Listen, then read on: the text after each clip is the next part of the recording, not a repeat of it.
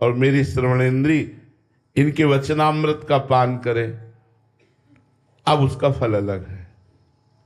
दर्शन के फल मात्र का वर्णन पाप नष्ट हो जाना।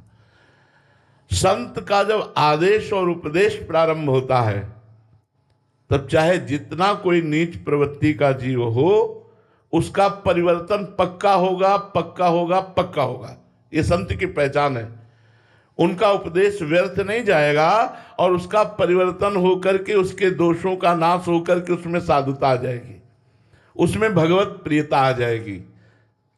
संत दर्शन का फल है जिसने संत दर्शन किया, संत संभाषण किया, संतों के पास बैठ करके उनके वचन उपदेश, आज्ञा उपदेश सुने, वो उसमें स्वयं में साधुता आ गई।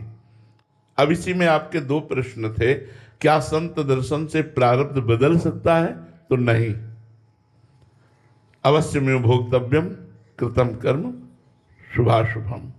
शुभ और अशुभ कर्म का जो फल प्रारब्ध है वो बदल नहीं सकता। हां, संत यदि चाहे तो वो बदल सकते हैं, पर वो चाह ही क्यों करेंगे भगवान के विधान के विरुद्ध? भगवान के विधान के विरुद्ध क्यों चाह करेंगे? पर अगर आप अधिक विनय कर दिए और वो द्रवित हो गए और वो चाह कर ले तो बदल सकते हैं।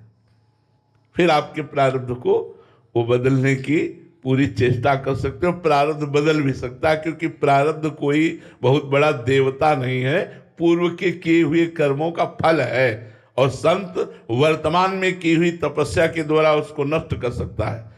पर इसमें दो बातें, बहुत समर्पित चित्त और द्रवित कर दो उन संत को, और वो द्रवित होकर के संकल्प कर ले तो प्रारब्ध बदल सकता है, या वो द्रवित होकर आपके प्रारब्ध को अपने ऊपर ले लें तो प्रारब्ध कट सकता है आपका। अन्यथा शास्त्रों में अवश्य में भोक्तव्यम, वो प्रारब्ध को भोगना पड़ता है। तो हमें लगता है संतों से प्रार्थना करनी चाहिए कि हमारा चित्त परिवर्तन हो जाए, हमारी दुर्गुण दुर्वासना का नाश हो करके भगवत चरणारविंद में प्रीति हो, ऐसी कृपा कीजिए।